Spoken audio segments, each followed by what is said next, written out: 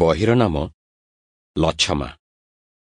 ଲେଖକ ବ୍ୟାସକବି ଫକୀରମୋହନ ସେନାପତି। ପଢ଼ି ଶୁଣାଉଛନ୍ତି ମୋହନ ମଜିଠିଆ। ଭାଗ 1। ରାହାଜାନୀ। ପୁଷମାସିଆ ଦିନ, ବେଳବୁଡ଼ିଆ ସମୟ। ବଡ଼ ଗୋଟିଏ ଜଳନ୍ତା ସୁନା ପେଣ୍ଡୁଳା ପରି ସୂର୍ଯ୍ୟଦେବ ପଶ୍ଚିମ ଆକାଶରେ କିରଣମାଳା ବୁଣି ବୁଣି ତଳକୁ ଖସି ପଡ଼ୁଛନ୍ତି। ନୀଳ, ଲାଲ, ଧଳା, କଳା, ବାଇଗଣିଆ, ପାଉଁଶିଆ, ନାନା ରଙ୍ଗର ନାନା ଆକାରର ଚିତ୍ରରେ ପଶ୍ଚିମ ଆକାଶ ଅଧାଅଧି ଅପୂର୍ବ ଶ୍ରୀ ଧାରଣ କରିଛି। ପଲକୁ ପଲ କାଉ କା କା ରଡ଼ି ଛାଡ଼ି ବସାମୁହାଁ ଧାଉଁଛନ୍ତି। କାହିଁ ବା ଗୋଠ ଛଡ଼ା ଗୋଟାଏ କାଉ ରେଳ ଛାଡ଼ିବା ଘଣ୍ଟା ଧ୍ୱନି ଶୁଣି ଥାର୍ଡ କ୍ଲାସ ପାସେଞ୍ଜର ପରି ଲଣ୍ଡଭଣ୍ଡ ହୋଇ ଧାଇଁଛି। ଅନ୍ଧାର ସାଙ୍ଗରେ ଶୀତ ମାଡ଼ି ଆସୁଛି। ଠିକ୍ ଏହିପରି ଗୋରୁ ବାହୁଡ଼ା ସମୟରେ ଗୋଡ଼ିଖାଲ ଚଟି ପାଖ ଲାଗେ ଲାଗେ ବଡ଼ଦାଣ୍ଡରେ ପଞ୍ଝାଏ ଯାତ୍ରୀ ଦେଖାଗଲେ।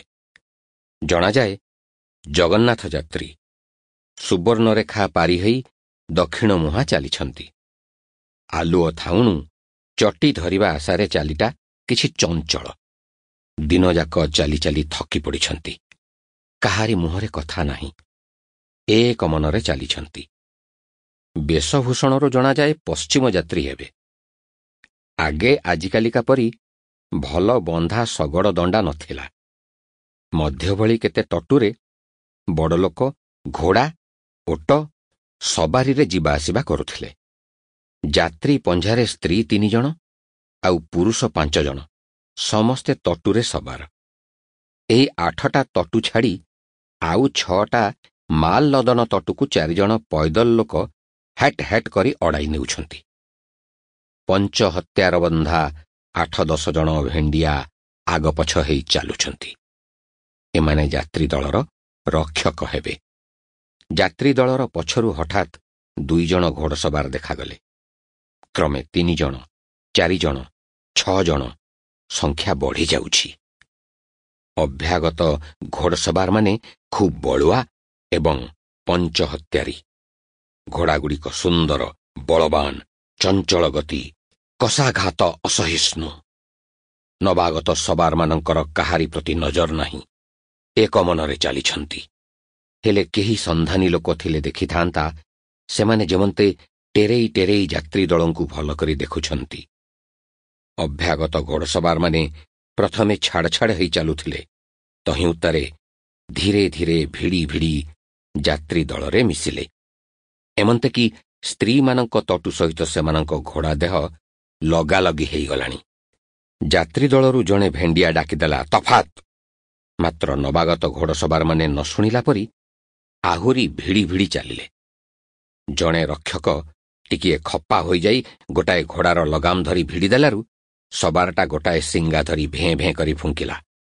ସିଙ୍ଗା ଶବ୍ଦ ଶୁଣିବା ମାତ୍ରେ ଯାତ୍ରୀମାନେ ଅନାଇ ଦେଖିଲେ, ଶତାବଧି ହତ୍ୟାର ବନ୍ଧା ଘୋଡ଼ସବାର ଚଞ୍ଚଳ ଭାବରେ ବମ୍ ବମ୍ ଉତ୍କଟ ରଡ଼ି ଛାଡ଼ି ଚାରିଆଡ଼ୁ ମାଡ଼ି ପଡ଼ୁଛନ୍ତି।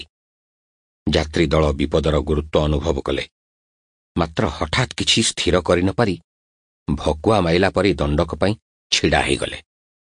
ବାଘ ପଲ ଭିତରେ ହରିଣ ଭଳି ସ୍ତ୍ରୀଗୁଡ଼ିକ ବରଡ଼ାପତ୍ର ପରି ଥରୁଛନ୍ତି। ପାନ୍ଥମାନେ ସମ୍ପତ୍ତିର ଆଶା ତ୍ୟାଗ କରି ନବାଗତ ଘୋଡ଼ସବାରମାନଙ୍କଠାରେ ଶରଣ ପଶି ଯାଇଥିଲେ କେଜାଣେ ବା କେତେଗୁଡ଼ିଏ ମହାପ୍ରାଣୀ ରକ୍ଷା ପାଇଯାଇଥାନ୍ତେ। ହେଲେ କ୍ଷତ୍ରିୟମାନଙ୍କ ସ୍ୱଭାବରେ ବିଧାତା ସେପରି ପାଠ ଲେଖିନାହାନ୍ତି। ସାମର୍ଥ୍ୟ ଥାଉ ଥାଉଁ ଶତ୍ରୁ ଆଗରେ ନୁଆଣ ହେବା ସେମାନେ ନିନ୍ଦାର କଥା ବୋଲି ବିଚାର କରନ୍ତି। ସେମାନଙ୍କ ହିସାବରେ ସ୍ତ୍ରୀମାନଙ୍କ ମର୍ଯ୍ୟାଦା ରକ୍ଷା ପାଇଁ ଯେ ପ୍ରାଣ ଦେବାକୁ ପ୍ରସ୍ତୁତ ନୁହେଁ, ତାହାର ଜୀବନ ଧାରଣ ବୃଥା। ଏପରି ପ୍ରାଣୀ ଲୋକ ସମାଜରେ କଳଙ୍କ ସ୍ୱରୂପ ଅଟନ୍ତି। ଯାତ୍ରୀ ଦଳପତି ଡାକିଦେଲେ, ହୋସିୟାର! अपना अपना काम पर हाजर हो जाओ। ଆଦେଶ ପ୍ରାପ୍ତି ମାତ୍ରେ ରକ୍ଷକମାନେ ଖୋପରୁ ତରବାରୀ କାଢ଼ି ଢାଲ ଧରି ଯୁଦ୍ଧ ପାଇଁ ଛିଡ଼ା ହୋଇଗଲେ। ଯୁଦ୍ଧାରମ୍ଭ ହେଲା 20-25 ଗୁଣ ଶତ୍ରୁ ସାଙ୍ଗରେ। ଯାତ୍ରୀମାନେ ଅବା କେତେବେଳେ ଯାଇ ଯୁଦ୍ଧରେ ଠଉରନ୍ତେ। Sample complete. Ready to continue?